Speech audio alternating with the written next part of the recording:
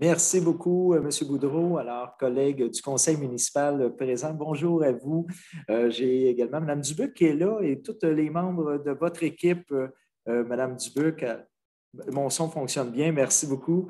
Alors, bonjour à vous du Bureau de l'environnement. Bienvenue à vous tous à cette soirée-là d'information et de consultation. Alors, c'est sûr de vous voir en aussi grand nombre, bien, ça me confirme votre intérêt et votre engagement surtout envers la conservation de nos milieux naturels.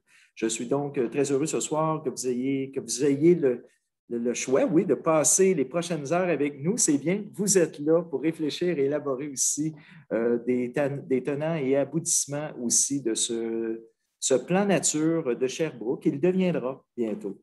Alors, évidemment, ce plan touche les milieux humides et hydriques, mais également les conservations des milieux boisés qui font la beauté de notre territoire. Alors, à terme, le plan nature va nous permettre aussi à toutes nos équipes d'avoir la vue d'ensemble des milieux naturels pour planifier les prochaines actions à poser pour les conserver. C'est ce qu'on veut. Alors, il va sans dire que le plan nature sera également fort utile pour aménager le territoire d'une façon durable. Alors, ce soir, vous aurez l'occasion de réfléchir avec nous, d'apporter votre contribution à ce grand chantier, parce que oui, c'est un grand chantier qui s'amorce. Alors, la conservation de nos milieux naturels, c'est une responsabilité partagée. On est très reconnaissant que vous puissiez prendre part d'ailleurs activement à cette démarche décisive. Je vous souhaite une soirée très constructive. Et je vous rappelle aussi qu'il y aura une autre consultation publique qui sera prévue, celle-là, au printemps 2022, lorsque les orientations et stratégies préliminaires seront élaborées par la suite. Alors, d'ici là, la concertation va se poursuivre à travers des rencontres avec les groupes de travail et des ateliers qui seront réalisés aussi avec les parties prenantes régionales. Je vous souhaite une excellente soirée. Bon échange. Merci. Merci beaucoup, Monsieur le maire. Alors, avant de continuer, quelques petites règles d'intelligence collective qu'on voudrait se donner ensemble pour faciliter le travail. Donc, la première règle, bien entendu, écoutez avec attention. Ce que tout le monde va amener aujourd'hui, on est là pour l'écouter. C'est le fondement de ce qu'on fait. Donc, ça veut dire aussi entre vous, lorsque vous serez dans les groupes, de prendre le temps de vous écouter, de finir vos phrases. Donc, même si on n'est pas d'accord, on ne pense pas à ce qu'on va répondre, mais plutôt à ce que l'autre personne nous dit, puis ensuite de ça, on fera avancer la discussion. Parler avec intention, c'est d'autant plus important en ligne. Hein? On le répète pour celles et ceux qui ont suivi d'autres, qui ont vécu d'autres moments avec nous, mais votre intention, savoir clairement ce que vous allez nommer quand vous prenez la parole est précieuse, surtout en ligne. Être bienveillant, bienveillante, on est toutes et tous là pour les bonnes raisons, parce qu'on croit en notre municipalité puis en son futur, puis qu'on a des enjeux. Donc, être bienveillant, bienveillante les uns envers les autres. Se faire confiance également. Vous avez les réponses qu'il nous faut aujourd'hui, sinon on ne tiendrait pas cette séance-là. Donc, si on la tient, c'est parce qu'on a confiance que vous possédez les réponses qu'on a besoin d'aller chercher. Donc, faites-vous confiance aussi dans les groupes de travail. Puis finalement, bien, respectez le cadre. D'abord, le cadre qu'on vous met en ce moment de cadre plus technique et de règles de vie, mais également, bien, on va vous proposer un processus pour alimenter la réflexion. Donc, suivez-le, faites-nous confiance aussi, puis on va vous guider vers des conclusions intéressantes, du moins, on l'espère fortement.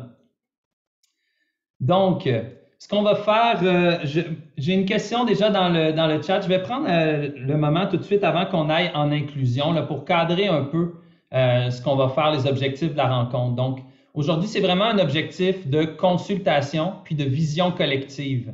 Donc, ce que ça signifie, c'est que dans quelques minutes, l'équipe de la Ville va vous donner de l'information sur l'avancement du plan nature, mais ça va juste être l'information dont vous avez besoin pour travailler et participer aux ateliers.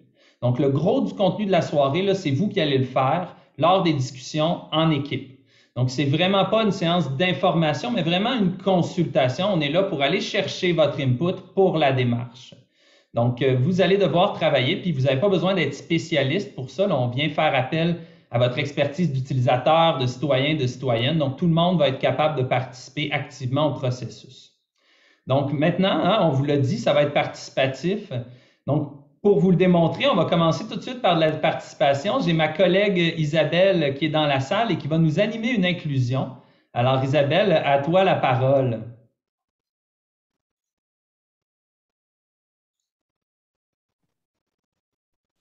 Bon, faut que j'arrive Zoom en présence, micro par micro. Les gens qui sont à côté de moi, vous qui êtes loin. Donc, excusez-nous si vous trouvez ça bizarre. On essaie de trouver une façon pour que tout le monde se sente dans la rencontre, autant les gens qui sont ici présents avec moi dans la salle ce soir, que vous qui êtes à distance sur Zoom. Donc, je vais essayer de jongler là, avec le proche, le loin, le son. Si jamais il y a un bug, Félix, tu me fais signe. Notre inclusion, on aimerait ça, vous entendre. Autant vous qui êtes ici présents dans la salle, vous allez pouvoir lever la main physiquement et me le dire à voix haute. Alors, à distance, les gens vont vous entendre. Donc, vous n'êtes pas nombreux, vous avez ce privilège pour ceux qui veulent participer. Et vous, à distance, vous allez pouvoir le faire en écrivant dans le clavardage. Donc, le clavardage, en bas de votre écran, il y a une petite icône. Là, Félix est en train de vous le montrer, une petite icône comme une bulle de bande dessinée. Quand vous cliquez là-dessus, ça ouvre une colonne blanche à droite. Et là, ça vous permet d'écrire votre message. Et qu'est-ce qu'on veut entendre? Quel milieu naturel avez-vous fréquenté dans la dernière semaine, ou le dernier 2 semaines, ou le dernier mois? Donc, on aimerait ça que vous nous écriviez dans le clavardage et vous, dans la salle, que vous me nommiez un milieu naturel que vous avez visité récemment. Oui, monsieur? Le Bois-Béquette. Le Bois-Béquette. À distance, j'ai le Mont Bellevue. Oui, monsieur? Je ne pense pas que ça a le nom. C'est au point de Thomas Evans. Au point de Thomas Evans et King Est. C'est un petit sentier de 2 km à peu près avec un ruisseau, mais ça n'a pas de nom. Un petit sentier sans nom avec un ruisseau. Merci. J'ai vu une main par ici, madame? Le parc Victoria, le Marais Carbonneau. Oh, Justin, donnez une chance aux autres. Parc Victoria, Marais Carbonneau. À distance, j'ai le club de golf de Sherbrooke, la Saint-François, le ruisseau d'Outz. Le parc Victoria, on l'a déjà entendu ici. Chez nous, le long de la rivière Saint-François-du-Port, le Marais. Madame? Le Boisé-Faby. Madame? Les Rex à Scott? Les Nox à Scott. Un boisé dans ce coin par là-bas. Ensuite de ça, j'ai Atto Beaver, le lac des Nations, le village de Rock Forest avec les berges de la rivière Magog, Johnville, encore le Mont Bellevue, les sentiers de l'Estrie entre le parc Victoria, le Marais Réal Carbonneau et le chemin des pèlerins. Est-ce que j'en ai d'autres dans la salle? Il y a des gens qui hochent la tête dans la salle qui disent « Ah oui, ça fait longtemps que je ne suis pas allée là. » En avez-vous d'autres?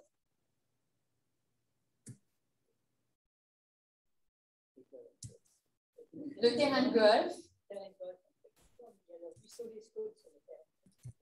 Le ruisseau des scouts sur le terrain de golf, très important, nous dit madame. Le secteur de Saint-Élie, la plage Banchard, les pistes cyclables, merveilleux. Donc, j'arrête ça là. Merci à vous tous pour votre participation. Puis Félix, je te redonne le micro. Merci beaucoup à tout le monde dans la salle comme sur le chat. Donc, vous voyez, on tente du mieux qu'on peut pour que tout le monde puisse participer, même les gens qui ont moins d'accessibilité par rapport aux outils informatiques. Donc, c'est important pour nous autres que tout le monde puisse prendre part à cette discussion-là. Donc, au cours de la soirée, vous allez voir, les 2 démarches vont se passer de manière parallèle. On ne va pas toujours être en train de communiquer entre la salle et nous, mais certainement que vous allez faire exactement le même travail, puis ça va se retrouver au même endroit à la fin. Donc, je vous disais tantôt qu'on vous fait travailler aujourd'hui. Hein? Je vous explique un petit peu le plan de la soirée. Donc, d'abord, comme je vous disais, on va avoir un peu d'informations sur le plan nature. On va prendre une période de questions très courte par la suite. Puis après ça, on va aller dans 2 étapes de travail. La première étape va être un travail de pondération pour mesurer vos perceptions sur les différents enjeux qu'on va vous présenter. Je vous explique plus tard comment ça va fonctionner. Puis, on va prendre une pause et après ça, on va avoir un gros morceau qui est notre exercice de vision. C'est-à-dire qu'on va se projeter dans le futur puis imaginer comment la ville va avoir fait face dans ce futur-là aux défis liés au milieu naturel. Donc, vous allez être amené à travailler là-dessus.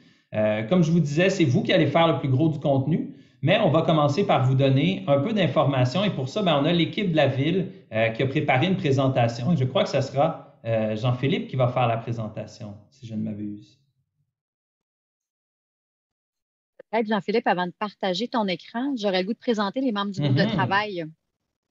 Donc, je me présente, Ingrid Dubuc, je suis directrice du Bureau de l'environnement. Donc, je prendrai quelques très courts instants pour vous présenter les membres, particulièrement les membres citoyens du groupe de travail, citoyens partie prenante. Quand je vais vous nommer, chers membres du travail, peut-être juste s'assurer d'allumer votre caméra et de dire bonjour pour nous assurer qu'on vous voit bien à ce moment-là. Peut-être Ingrid, avant de commencer ça, peut-être nous dire le groupe de travail, bon, c'est quoi son rôle dans la démarche pour celles et ceux qui ne le savent pas? En fait, c'est que je vais en parler un peu plus tard dans la présentation. Okay. Fait que je veux me mettre en phase sur les individus, puis un peu plus tard, on parle du groupe proprement dit. Donc, je commencerai. Elle est dans la salle, Madame Lise Go. Je ne sais pas, Lise, si tu peux aller vers la caméra pour qu'on te voie et que tu dises bonjour. La caméra était fermée, mais on a eu le temps de te voir. Pas la caméra, le micro était fermé. Le micro fonctionne? Oui. Alors, bonjour, moi c'est Lise Go, je travaille à l'Union des producteurs agricoles et je représente le secteur agricole dans ce groupe de travail. Merci. Merci beaucoup, Lise, qui travaille à l'UPA, représente le secteur agricole. Nous avons aussi M. Jean-François Poulain, qui lui est en ligne. Monsieur Poulain. Bonjour à tous, Jean-François Poulain. C'est un plaisir d'être là avec vous. Merci. Merci, Jean-François. J'ai ensuite Mme Jacinthe Caron. Jacinthe. Bonjour, Jacinthe Caron du Conseil régional de l'environnement. Merci, Jacinthe. Madame Julie Grenier. Bonjour, Julie Grenier du Conseil de gouvernance de l'eau des bassins versants de la rivière Saint-François, communément appelé le COGESAF. Merci, Julie. Monsieur Denis Boutin. Bonjour, Denis Boutin du groupement Saint-François. Je représente la foresterie. Merci, Denis. Monsieur Guillaume Côté. Oui, bonjour, Guillaume Côté. Je suis là en tant que membre citoyen sur le groupe de travail. Merci, Guillaume. Madame Rosalie Hudon-Voyer. Oui, bonjour tout le monde. Moi aussi, je suis membre citoyenne sur le groupe de travail. Merci, Rosalie. Nous avons aussi Madame Nicole Bergeron. Bonsoir, je suis conseillère municipale et présidente du comité consultatif agricole de la ville de Sherbrooke. Donc, c'est en cette qualité que je fais partie de ce beau comité. Merci, Madame Bergeron. Madame Godbout? Oui, merci. Donc, conseillère municipale aussi, présidente du comité de l'environnement de la ville de Sherbrooke. Merci. Merci, Madame Godbout. Nous avons deux autres membres du groupe de travail qui ne sont malheureusement pas avec nous ce soir. Monsieur Vincent Boutin, conseiller municipal et président du comité consultatif en urbanisme, et Monsieur Jean-François Provencher, agent de projet au bureau Ndakina. Donc, c'est important pour nous de vous présenter les membres du groupe de travail, que vous mettiez des visages sur ces noms-là, parce que vous allez voir un peu plus tard là, tout le travail qui a été abattu par ce groupe-là dans les dernières semaines, les derniers mois. Merci beaucoup, Ingrid. Merci au comité. Donc, maintenant, on va passer à Jean-Philippe Boyer de la ville de Sherbrooke qui va nous présenter la partie informative de la soirée.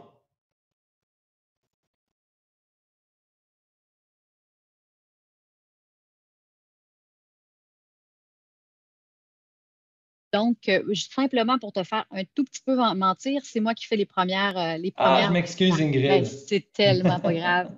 Donc, j'ai eu l'occasion, les parties prenantes, le groupe de travail a été présenté, mais tout au long de la présentation, vous allez aussi avoir des morceaux de présentation par moi-même, directrice du Bureau de l'environnement, par Jean-Philippe Boyer, agent de projet au Bureau de l'environnement, Mme Chantal Pelchat, chargée de projet, et Mme Lynne Drancereau, chef de section au service de planification, gestion du territoire. Donc, ce soir, nous allons vous présenter en quelques étapes l'état d'avancement du plan nature, de même que, bien entendu, créer les conditions favorables pour vous amener à réfléchir et nous amener des éventuelles réflexions possibles pour notre futur plan nature.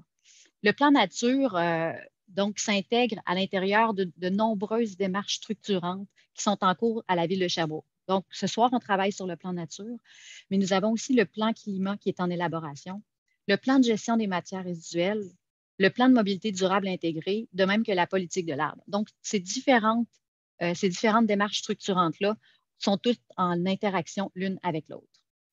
Mais ce soir, on parle du plan nature.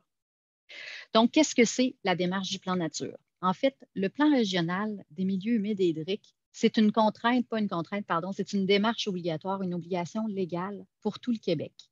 Cette démarche des plans régionaux de milieux humides et hydriques est guidée par 3 principes que l'on retrouve dans la loi québécoise sur l'environnement, soit de favoriser l'atteinte du principe d'aucune perte nette des milieux humides et hydriques, d'assurer une gestion cohérente par bassin versant et de tenir compte des enjeux liés au changement climatique. À Sherbrooke, le démarrage officiel de la démarche a été le 17 février 2020 avec un lancement public le 17 juin 2020. Sherbrooke, on a décidé aussi d'y inclure les milieux boisés, ce qu'on va voir un tout petit peu plus tard. Le plan nature, c'est un outil de planification des actions pour la conservation des milieux naturels. Donc, pour imager, c'est important de se rappeler que l'échelle de travail du plan nature, c'est au niveau de la MRC, donc pour nous permettre de regarder le territoire en hélicoptère, donc au niveau du schéma d'aménagement. Qu'est-ce qui est touché principalement ou plus précisément par le plan nature? Bien entendu, ce sont les milieux humides. Qu'est-ce qu'un milieu humide? Ce sont les zones de transition où est-ce qu'il y a une présence d'eau pendant une période suffisamment longue pour influencer la nature du sol ou la composition de la végétation. Exemple, les marais, les marécages, les tourbières, les étangs. Les milieux humides, les milieux hydriques, sont aussi touchés par le plan nature. Ça comprend les rivières, les ruisseaux permanents et intermittents, ainsi que les lacs. Ça inclut également les rives et les plaines inondables. On a choisi d'ajouter à Sherbrooke les milieux boisés. Donc, c'est un élément qui est important pour avoir une vision d'ensemble des milieux naturels à l'intérieur du plan nature. La démarche du plan nature, on s'est doté aussi des principes directeurs pour nous guider, donc pour nous aider à savoir quelles lunettes on porte quand on se pose une question. Les principes directeurs à Sherbrooke, qui ont été déterminés par le groupe de travail, sont de préserver et améliorer la biodiversité et la connectivité. Concrètement, la biodiversité, eh bien, ça s'explique en étant la diversité des espèces vivantes, que ce soit la faune, la flore, les champignons et les variétés d'écosystèmes. La connectivité, quant à elle, permet le déplacement des espèces d'un milieu à l'autre. Donc, ça, c'est notre premier principe directeur. Le deuxième principe directeur, c'est de contribuer au bien-être humain. Je pense que celui-là est un petit peu plus facile à comprendre. Et le troisième, c'est d'assurer la résilience face au changement climatique. Donc, vous serez à même de constater que le plan nature va répondre à plusieurs questions, mais peut-être pas toutes les questions que nous avons.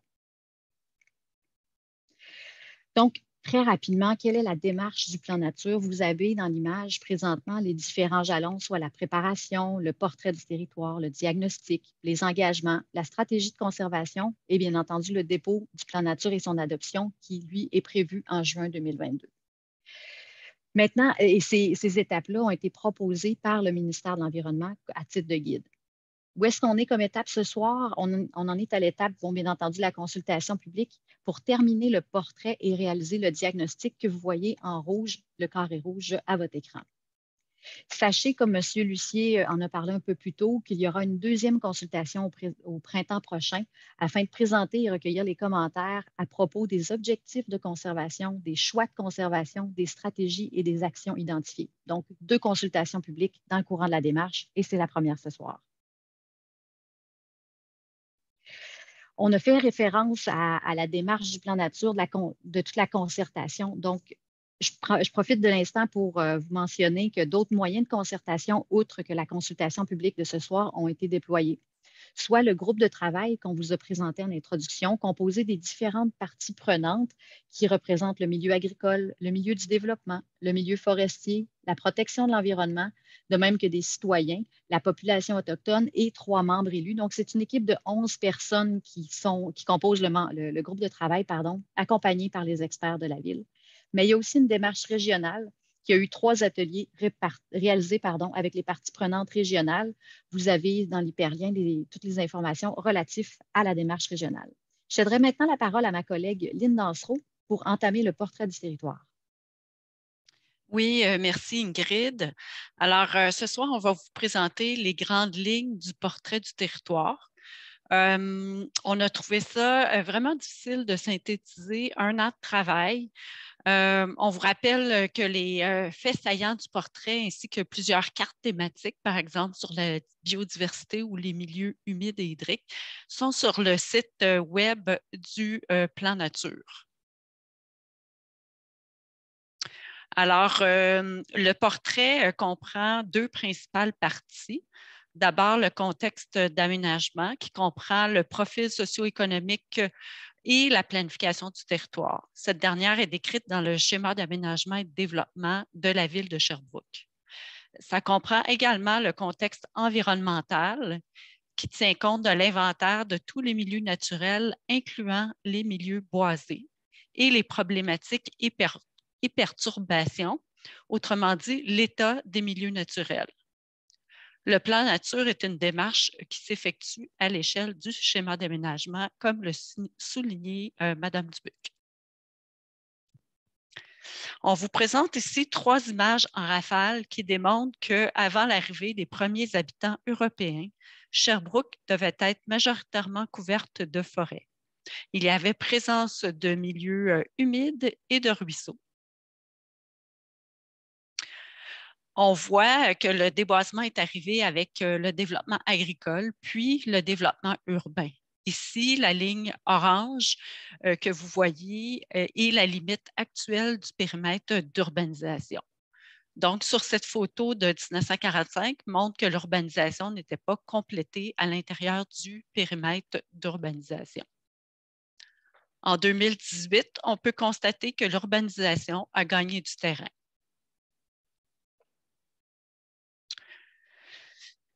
Selon les données de l'Institut de la statistique du Québec, en 2021, la population totale de Sherbrooke est d'un peu plus de 170 000 habitants. Et il y a une croissance anticipée de 25 % pour la période de 2016 à 2041. Donc, Sherbrooke n'est pas un territoire qu'on dit dévitalisé ou qui se dévitalise. Ici, il est important de mentionner que le schéma d'aménagement de la ville prévoit 20 types de grandes affectations. Par exemple, qu'on voit illustré sur le plan en vert foncé, c'est l'affectation agricole. En rose, l'affectation rurale forestière ou encore l'affectation résidentielle faible densité en jaune pâle. Les affectations attribuent une vocation territoriale aux grandes orientations qui ont été fixées et choisies par le Conseil de la MRC ou Ville de Sherbrooke dans le schéma d'aménagement et de développement. Le schéma identifie aussi les périmètres d'urbanisation et les zones prioritaires de développement à des fins résidentielles. La délimitation du périmètre urbain permet d'identifier l'étalement lapsus, éviter l'étalement et assure une cohérence du développement urbain, notamment en fonction de la capacité des infrastructures. Ici, on vous présente une donnée croisée des milieux humides dans les différentes affectations du territoire et dans les périmètres d'urbanisation. On constate que les milieux humides se retrouvent majoritairement, soit 83 % à l'extérieur des périmètres d'urbanisation et donc, à contrario, 17 % dans les périmètres d'urbanisation. La proportion totale de milieux humides sur le territoire de la ville est de 8,6 %. À elles seules, les affectations agricoles forestières, rurales et rurales forestières accaparent 70 % des milieux humides. Près de 80 % des cours d'eau sont situés à l'extérieur des périmètres d'urbanisation. Ce plan permet de voir les zones de développement résidentiel prévues au schéma d'aménagement, soit les zones qui apparaissent en rouge, en bleu ou en ocre. C'est dans ces zones que se fait principalement le développement résidentiel, en particulier dans le rouge et le bleu. Le ocre représente les zones de développement à long terme. Donc, on peut penser qu'il y a des chances d'avoir de la conciliation des usages à l'étape des choix de conservation. Dans ces zones, on retrouve 122 hectares de milieux humides, 4 fois la superficie du lac des Nations, et ça représente 4 % de tous les milieux humides. Et on retrouve 171 hectares de milieux boisés qui représentent 3 fois la superficie du parc du Mont-Bellevue Et encore une fois, ça représente 4 de tous les milieux boisés de Sherbrooke.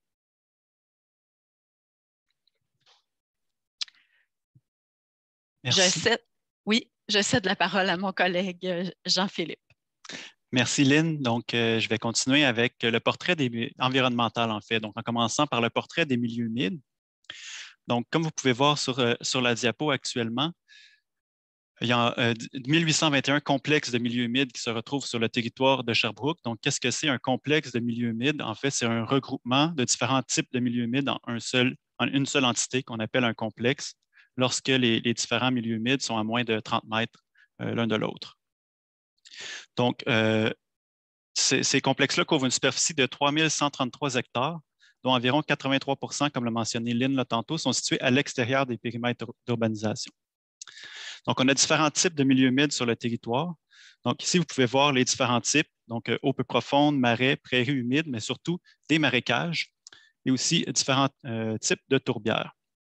Donc, on peut remarquer sur ce graphique qu'environ 82 des milieux humides se trouvent en milieu boisé, parce qu'on parle à ce moment-là de marécages et de tourbières boisées. Au niveau de la carte ici qu'on vous présente, un portrait général des milieux humides et hydriques. Donc, vous pouvez voir en vert foncé, en fait, les complexes de milieux humides qui se retrouvent sur le territoire de Sherbrooke et aussi ceux qui se retrouvent dans les MRC voisines, qui sont en grisé. Donc, ces données-là sont disponibles déjà sur les cartes interactives en ligne. Vous pouvez déjà aller consulter les milieux humides. Et vous pouvez aussi consulter les milieux hydriques. Donc, pour les milieux hydriques, on observe les différentes rivières sur le territoire, les cours d'eau, donc les ruisseaux, ainsi que les zones inondables qui sont en hachurée noire. Donc, surtout le long de la rivière Saint-François, des rivières Massawippi et Au-Saumon, ainsi que le long des ruisseaux Key et Darman. On remarque que le long de la rivière Magog et du lac des Nations, on n'a pas de zone inondable puisque le niveau de l'eau est très contrôlé par la présence de plusieurs barrages. Donc, justement, au niveau du portrait des milieux hydriques, on a sur le territoire de Sherbrooke environ 767 km de ruisseaux qui ont été cartographiés, dont la majeure partie sont situés à l'extérieur des périmètres d'urbanisation. On a environ 54 km de rivières aussi, donc les 4 rivières que je viens de nommer. Et en superficie, les lacs, donc le lac Magog et le lac des Nations, ainsi que les rivières représentent environ 3,2 % du territoire. Finalement, encore dans les milieux hydriques, on parle de zones inondables aussi. Donc, les zones inondables représentent environ 1186 hectares de territoire, donc encore 3,2 % de notre territoire. Et dans les zones inondables, l'occupation du sol, en fait, elle est majoritairement naturelle, mais on a quand même 17 % de nos zones inondables qui sont occupées par des milieux agricoles et environ 15 % par des milieux bâtis. Donc, on peut voir ici une image là, qui a été prise lors des inondations de 2014 au centre-ville de Sherbrooke. Maintenant, au niveau de l'état de santé de nos milieux hydriques, en fait, au niveau de la qualité générale de l'eau, la rivière Magog et le lac des Nations, la qualité de l'eau, elle est généralement bonne, surtout en temps sec. Il y a une légère détérioration en temps de pluie. Tandis que dans la rivière Saint-François, la qualité de l'eau, elle est moins bonne. On la qualifie de douteuse et elle se détériore lorsqu'il y a de la pluie. Au niveau des activités qui sont permises, donc au niveau de la baignade et du ski nautique, les activités sont parfois limitées en zone urbaine au niveau de la rivière Magog, autant en temps sec qu'en temps de pluie, alors que dans la Saint-François, la baignade, c'est rarement permis, là, surtout dans la portion urbaine, là, soit entre le pont Joffre de la rue Galt jusqu'à Brompton. Au niveau des activités de contact indirect, comme le kayak et le canot, c'est presque toujours permis dans la rivière Magog et le lac des Nations, et généralement possible en temps sec dans la rivière Saint-François, mais souvent limité quand il y a de la pluie. Finalement, on a plusieurs espèces exotiques envahissantes qui se retrouvent dans nos cours d'eau. Donc ici, vous pouvez voir à gauche la moule zébrée, la vivipare, qui est une autre espèce de mollusque, ainsi que le Myriophylle aipi, qui est une plante aquatique qui va venir envahir nos cours d'eau et nos plans d'eau. Donc, on retrouve aussi la moule zébrée dans la rivière Saint-François. Au niveau du lac Magog, l'état de santé du lac Magog, en fait, son niveau trophique, on le dit mésotrophe, ce qui veut dire que l'enrichissement en matière nutritive comme le phosphore est moyen ou intermédiaire. La baignade est rarement limitée pour des raisons bactériologiques comme dans nos rivières. Elle est surtout limitée occasionnellement par des épisodes de cyanobactéries, les fameuses algues bleu-vertes. Et on y retrouve aussi les 3 mêmes espèces exotiques envahissantes que j'ai nommées pour la rivière Magog. Finalement, au niveau de nos ruisseaux, la qualité de l'eau est vraiment variable et elle est surtout influencée par les conditions météo et l'occupation du territoire dans le bassin versant. Quand on parle de bassin versant, on parle de tout le territoire sur lequel l'eau s'écoule pour aboutir à un exutoire ou aboutir dans un ruisseau. En effet, on observe vraiment une dégradation de la qualité de l'eau de la majorité de nos ruisseaux en zone urbaine. Puis, on peut observer une synthèse de l'ensemble de ces données-là sur la carte ici. Donc, ce que vous pouvez voir au niveau des stations en rivière, donc ce sont les cercles, et les stations dans les ruisseaux, les carrés. Donc, en vert, c'est des données qui sont moyennes pour les années 2016 à 2018. Puis en vert, c'est les endroits où la baignade et le ski nautique sont permis. En orangé, les endroits où les activités de contact secondaires, là, comme la navigation de plaisance, le canot, la pêche sont permises. Et en rouge, les endroits où aucune activité ne sont généralement permises.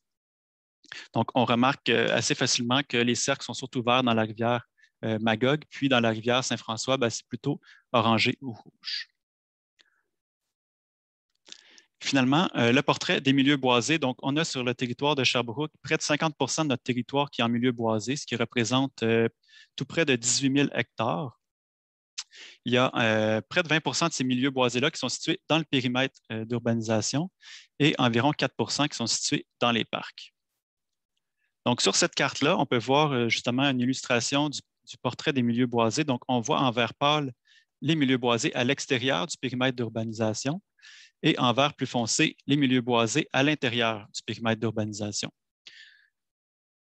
On constate aussi sur le graphique qui vient de s'afficher que la proportion de milieux boisés, dans le fond, était de 50,8 % en 2002 et maintenant de 48,2 %. Donc, il y a une certaine diminution au fil des années. Finalement, en plus des milieux humides, hydriques et boisés, dans le portrait, on vient aussi décrire les milieux d'intérêt pour la biodiversité. Donc, je vais vous épargner la lecture et je vais vous les présenter sur cette diapo-là avec un petit pointeur laser. Donc, vous pouvez voir d'abord les aires d'intérêt écologique protégées. Ce sont les secteurs qui sont hachurés en rose. Donc, on en a un petit peu partout qui sont sur le territoire. C'est des secteurs qui sont généralement non accessibles aux citoyens, donc où la majorité des usages sont interdits et où c'est vraiment des secteurs qui sont protégés. On a aussi des parcs naturels. Donc, on a nommé plusieurs de ces parcs-là tantôt dans l'exercice au début de la rencontre. Donc, au niveau, par exemple, du Mont-Bellevue, du Boisé-Beckett, du Boisé-Faby, par exemple. On a aussi des secteurs où on a des espèces fauniques ou floristiques à statut particulier. Donc, on a plusieurs espèces sur le territoire de Sherbrooke. Au niveau animal, notamment les salamandres pourpres et la tortue des bois. Et au niveau floristique, on a plusieurs colonies d'ail des bois. On a un habitat faunique qui est cartographié. Il est situé près de l'embouchure entre le ruisseau Quay et la rivière Saint-François à Brompton. Donc, c'est un habitat du remusqué. C'est identifié par le ministère de la Forêt, de la Faune et des Parcs. Et on a 3 écosystèmes forestiers exceptionnels sur le territoire. Ce sont des endroits où ce sont des forêts vraiment particulières. Donc, on en a une dans le Boisé-Beckett, on en a une au sud du parc Atto Beaver et on en a aussi sur des îles dans la rivière Saint-François. Finalement, il y a plusieurs secteurs de connectivité qui sont illustrés sur cette carte-là. Donc, ça ne marche pas avec le pointeur. OK.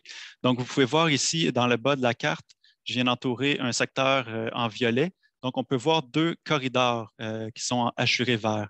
Les corridors permettent le déplacement des espèces animales, notamment, d'un milieu naturel à l'autre, qui sont ici en gris foncé. Par opposition à un autre secteur, ici entouré en rouge, où on n'aurait pas beaucoup de connectivité, on n'aurait pas de corridor à cet endroit-là. Gardez en tête ces 2 endroits-là, je vous les représente à la diapositive suivante. Donc, on a ici, justement, à votre gauche, avec les flèches en violet, des secteurs de connectivité, en fait, des corridors qui sont surtout situés, comme on le remarque, le long de ruisseaux. Donc, il y a souvent des bandes riveraines qui sont préservées, des secteurs qui sont moins cultivés ou moins développés le long des ruisseaux, ce qui permet à la faune de se déplacer plus facilement d'un milieu boisé à un autre milieu boisé, par exemple. Par opposition, ici, on a la rivière Magog qui est dans le bas de la carte et on a le parc industriel, là, le parc industriel régional qui est situé dans le haut. On a un grand milieu naturel qui est préservé dans le parc industriel régional avec un aire d'intérêt écologique. Par contre, il y a quand même peu de connectivité entre la rivière et le parc situé dans le haut de la carte, comme on le remarque où il y a les flèches rouges, pardon, où c'est des secteurs, la connectivité elle est limitée par des éléments de fragmentation. Ici, bon, des bâtiments, des routes et l'autoroute 410 notamment. Donc maintenant, pour terminer cette portion-là du portrait, quelques notions rapides au niveau des fonctions écologiques et des services écologiques des milieux naturels. Donc, je vais vous présenter quelques exemples, en fait, de fonctions écologiques et de services qui sont joués par les milieux naturels. Donc, ici, à gauche, on remarque des fonctions écologiques et ces fonctions-là sont jouées dans les milieux naturels et nous donnent des services une fois qu'il y a une population qui est là pour en bénéficier. Donc, on bénéficie de ces services-là sans avoir à payer pour s'en servir. Donc, quelques exemples rapides. Une fonction écologique, la rétention d'eau qui se fait dans les milieux humides, dans les cours d'eau, dans les boisés, qui permet de créer un peu comme une éponge qui vient atténuer les inondations, donc diminuer l'impact des inondations et diminuer aussi l'impact des étiages. Donc, les étiages, c'est les bas niveaux d'eau. Quand le niveau de l'eau est très bas, cet été, on a connu des épisodes là, particulièrement bas au niveau des niveaux de l'eau. Les milieux naturels jouent aussi un rôle de filtre, donc ils viennent filtrer l'eau et ce qui permet en fait d'améliorer la qualité de l'eau pour un approvisionnement en eau. Donc, on sait que nous, on puise notre eau potable là, dans le lac Memphremagog, donc c'est à l'extérieur de la MRC. On profite quand même du service de filtration des milieux qui sont autour du lac Memphremagog, qui permet aussi de profiter d'usages récréatifs. Au niveau de la conservation de la biodiversité et des habitats, ça nous permet de jouir de paysages et de profiter d'activités de plein air, comme l'observation de la nature, la chasse et la pêche. Finalement, la végétation vient aussi capturer le gaz carbonique de l'atmosphère, puis le séquestrer dans la végétation, dans les sols, ce qui permet d'atténuer les effets des changements climatiques. Donc, ça ferait le tour de ce qu'on avait à vous présenter au niveau du portrait du territoire. Donc, on serait rendu à une période de questions de clarification et je vais recéder la parole à Félix. Oui, alors les questions qu'on va prendre, c'est vraiment, comme l'a dit Jean-Philippe, des questions de clarification. Donc, c'est-à-dire que là, l'objectif n'est pas de poser des questions larges sur la démarche. On vous donne du contenu qui va vous servir, vous, à travailler par la suite. Donc, les questions qu'on va prendre, c'est des questions qui sont techniques, qui sont liées à ce qu'on vient de présenter. Donc, est-ce qu'il y a des choses que vous n'avez pas compris sur ce qu'on a présenté? Est-ce que vous avez des questions essentielles à poursuivre le travail sur la présentation qui vous a été faite? Donc, on va prendre les questions dans le chat. On peut également prendre les questions des mains levées, puis on va certainement faire un tour dans la salle aussi pour avoir quelques-unes des questions et pouvoir y répondre. Donc, on a d'abord M. Frappier qui nous demande si on peut retrouver les différentes cartes sur le web. Donc, oui, tout est disponible sur le site web de la Ville, les cartes, la documentation, et on va y faire référence un peu plus loin aussi. On vous fait des synthèses ce soir, mais sur le site de la Ville, donc Ville de Sherbrooke, /plan nature, toute la documentation y est et il y a beaucoup plus de matériel que ce qu'on vous présente ce soir. Merci beaucoup. On a également quelqu'un qui nous demande si tout ce qui est à l'extérieur du périmètre urbain, est-ce que c'est développable ou c'est d'emblée protégé? Donc, je vais prendre une partie de la réponse et assurément que ma collègue Lynne Dansereau va compléter. En fait, la démarche qui est faite aujourd'hui, en fait, qui est entamée, c'est pour nous permettre de déterminer comment on veut développer notre territoire. Donc, il y a les notions de schéma d'aménagement que Mme Dansereau va compléter l'information, mais il y a aussi des notions de ce qu'on souhaite conserver pour le futur dans le cadre de la démarche. Mme Dansereau, peut-être un complément relatif au schéma d'aménagement? Mais je n'ai pas vraiment beaucoup de choses à ajouter par rapport à ça. C'est des éléments qui sont contenus dans le schéma, comme comme tu disais, Ingrid. L'objectif de ce soir, c'est justement de venir définir quels vont être les nouveaux paramètres pour le développement futur et surtout la conservation des milieux naturels. Merci beaucoup. On va passer là, à Isabelle dans la salle. Donc, il y a des questions dans la salle. Donc, Isabelle, à toi la parole. Oui.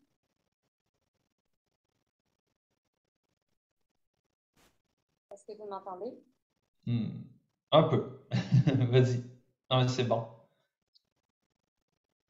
J'avais des questions aussi dans la salle, madame. Et après, ça sera vous, monsieur. Je vais remettre votre masque.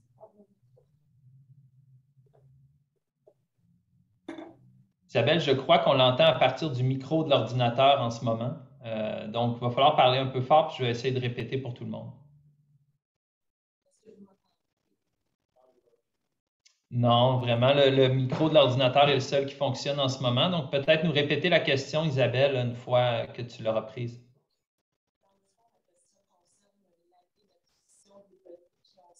À l'élaboration de ce qu'on voit ce soir.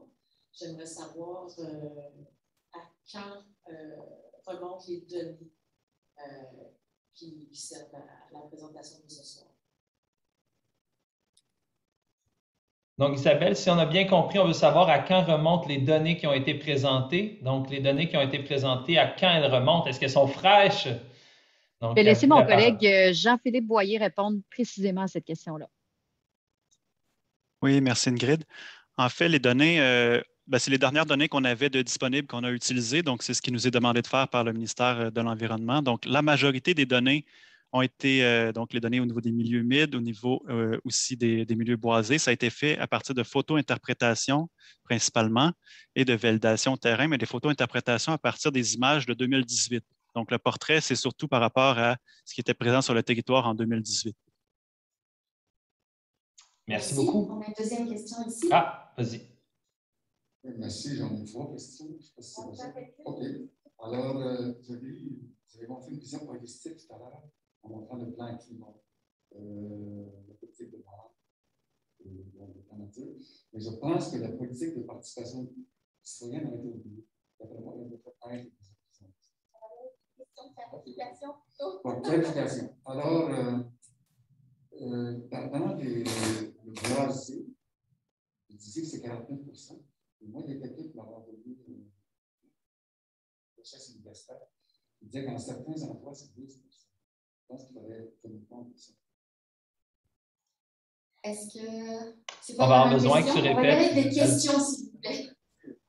Oui, on prend votre remarque en note. C'est sûr que quelqu'un en a pris note. Est-ce que j'avais d'autres questions de clarification?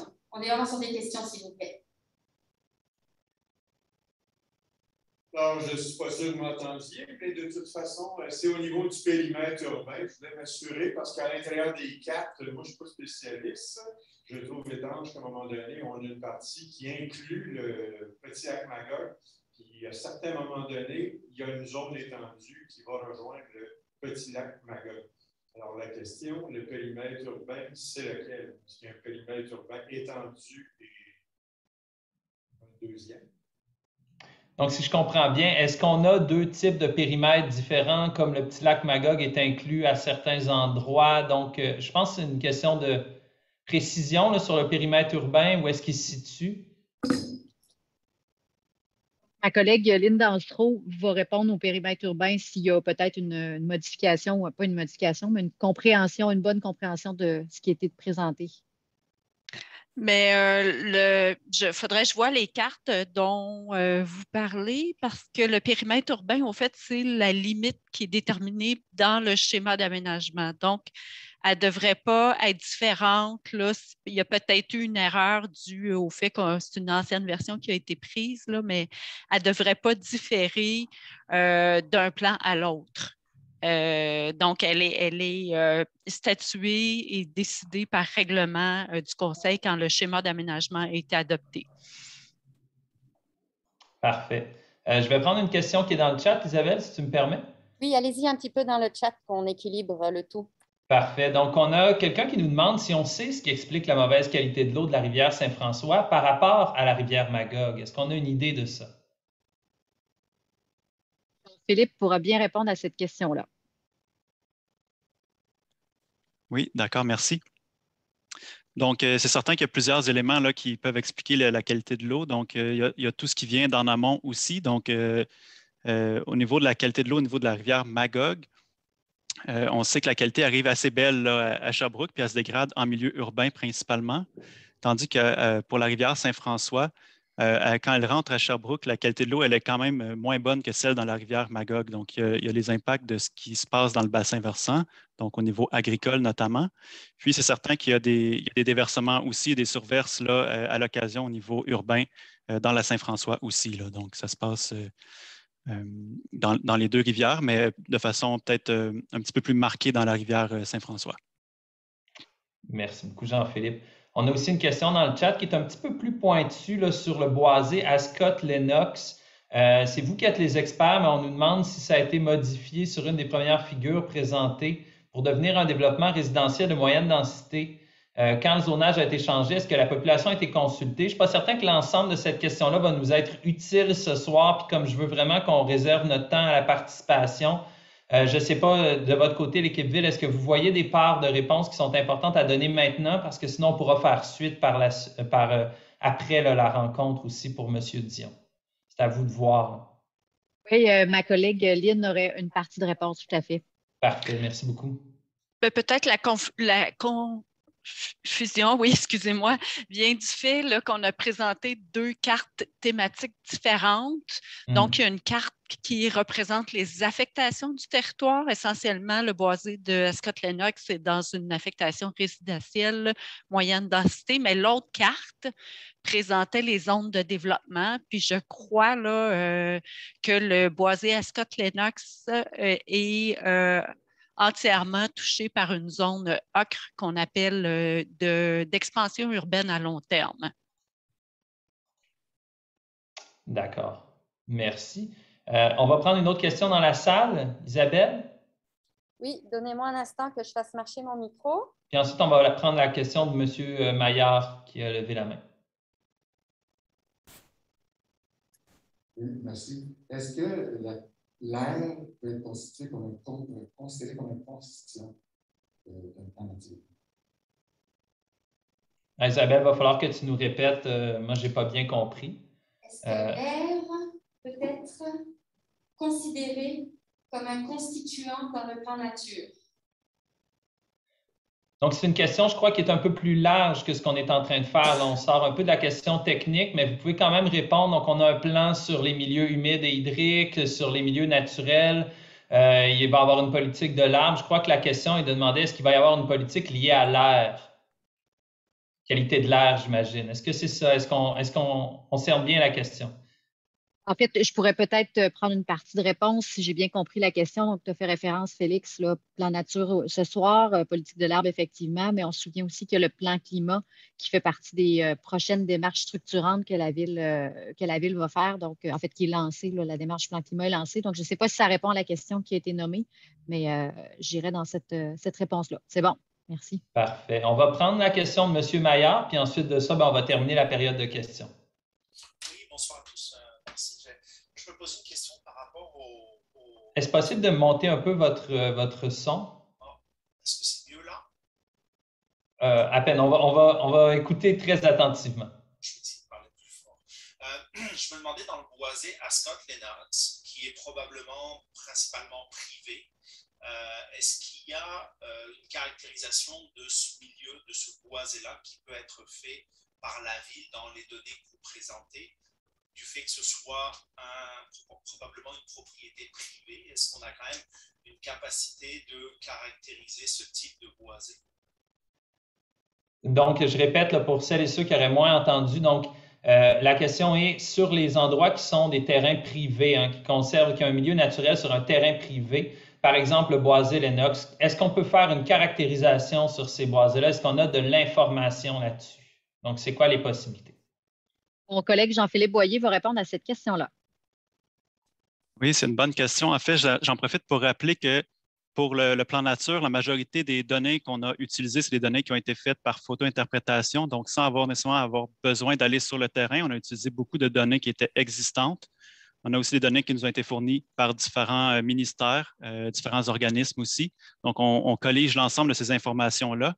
Puis, comme le mentionné aussi Ingrid et Lynn, le plan nature, c'est à l'échelle du schéma d'aménagement. Donc, on dézoome un peu le territoire, puis on le regarde à une échelle qui est quand même assez haute. Donc, on n'a pas ni le temps ni les ressources pour comme caractériser de façon précise l'ensemble du territoire. Cela étant dit, la Ville a la capacité légale d'aller sur les terrains privés pour faire une évaluation écologique si on en aurait besoin dans le cadre des actions qui seraient mises en place par la suite, une fois le plan nature là, adopté. OK. Merci beaucoup. Alors, merci à tout le monde pour vos questions. On espère que ça a clarifié des choses. Avant de se lancer dans le travail... Oui. Excuse-moi une seconde, Félix. Peut-être. Il y avait une autre question? Peut-être, il y en aurait sûrement beaucoup d'autres. Est-ce qu'on peut dire aux gens où ils peuvent adresser leurs questions s'ils en ont d'autres? Absolument. Donc, est-ce que quelqu'un peut nous répondre de la Ville là-dessus? Donc, pour avoir des réponses à ces questions, si on en a des questions qui viennent passer la rencontre, pendant la rencontre, là, vous allez avoir la possibilité d'avoir accès à des réponses là, selon le travail. Là. Donc, quand vous allez travailler, vous allez avoir des gens qui vont être présents de l'équipe Ville et qui sont disponibles et vous allez pouvoir nous appeler pour avoir des réponses si ça limite votre travail. Mais ensuite, après la rencontre, si on a d'autres questions. Si vous avez d'autres questions, je réitère le fait qu'il y a beaucoup d'informations aussi sur le site web de la Ville, donc /plan nature. Mais sinon, l'adresse du Bureau de l'environnement, c'est environnement@sherbrooke.ca. Si la question pointue que vous n'avez pas l'information sur le site de la Ville. Merci beaucoup. Donc, on va continuer avec une deuxième partie. Là, on va aller dans les enjeux. On va vous expliquer comment ces enjeux-là ont été trouvés. Puis ensuite de ça, on va vous faire travailler là-dessus. Donc, c'est très important que vous soyez très attentifs à ces enjeux-là parce que c'est là-dessus qu'on va travailler tout de suite après la présentation. C'est là qu'on va vous faire apprécier, pondérer ces enjeux-là selon l'importance que vous leur donnez. Donc, il faut être très attentif à la prochaine section. Alors, je repasse la parole à l'équipe Ville. Merci, Félix. Tu n'as pas pris de chance, tu es allé général pour équipe Ville. Oh oui. Et oui, c'est bon.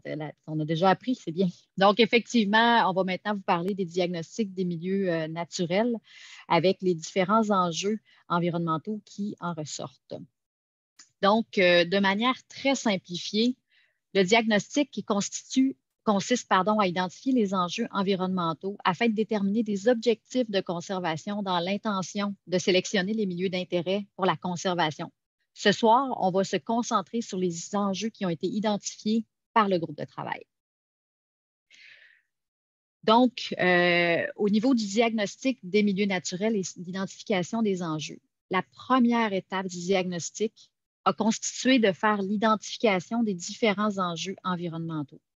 Le groupe de travail qu'on vous a présenté, qui est composé de représentants du secteur agricole, du développement, de la foresterie, de l'environnement, des populations autochtones, de même que 2 membres citoyens et 3 élus, ont d'abord travaillé à identifier les forces, les faiblesses, les opportunités et les menaces pour tout le territoire de Sherbrooke, de même pour chacune des unités géographiques d'analyse, que je vais vous expliquer un peu plus tard ce que ça veut dire. L'exercice a représenté environ 5 heures de rencontres pour chacun, bien entendu, des 11 membres du groupe de travail, en plus de la préparation individuelle des 2 ateliers.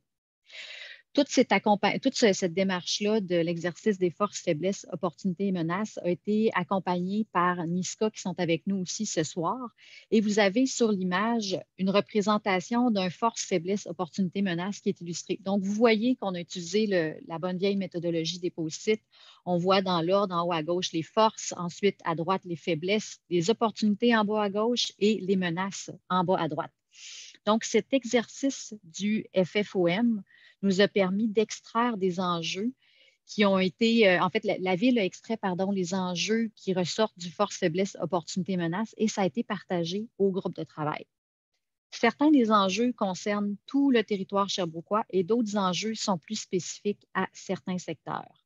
C'est ce qu'on va vous présenter dans les prochaines minutes pour alimenter la pondération auquel faisait référence Félix. Donc maintenant, sur la carte, vous avez l'illustration des différentes unités territoriales ou les différents secteurs de la Ville pour lesquels s'appliquent les enjeux. Donc, en lignée, vous retrouvez ce que je vous ai nommé un peu plus tôt, les unités géographiques d'analyse. Qu'est-ce qu'une UGA? C'est un découpage du territoire en unités plus fines, relativement homogènes, qui épousent les limites des bassins versants. Ensuite, en orangé, vous retrouvez encore une fois le périmètre urbain. En vert pâle, ce sont les zones agricoles Et en assuré, ce sont les zones inondables le long des rivières et des ruisseaux Key et Dorman, auxquels, entre autres, M. Boyer a fait une référence tout à l'heure. Au cours des prochaines tuiles, on va vous présenter la synthèse des 9 enjeux proposés qui sont par ordre alphabétique et non par ordre de priorité. On y a mis aussi des exemples, des extraits de préoccupations et d'atouts pour permettre de visualiser ce que ça peut représenter. Encore une fois, toute l'information encore plus complète que ce qu'on vous présente ce soir est disponible sur le site de la Ville à la page du plan nature. Je cède maintenant la parole à Jean-Philippe Boyer pour les premiers enjeux. Oui, merci Ingrid. Donc, je vais commencer avec le premier enjeu, biodiversité et connectivité. Donc, cet enjeu-là, il y a plusieurs sous-enjeux en fonction des réalités territoriales particulières, puisque le portrait change en fonction des secteurs de la ville. Donc, on l'a divisé en 3 diapositives là, pour bien décortiquer le tout. Donc, sur cette première diapositive-là, on a 2 sous-enjeux qui concernent la biodiversité et la connectivité en milieu agricole et rural, ainsi que dans la zone périphérique du mont Offord.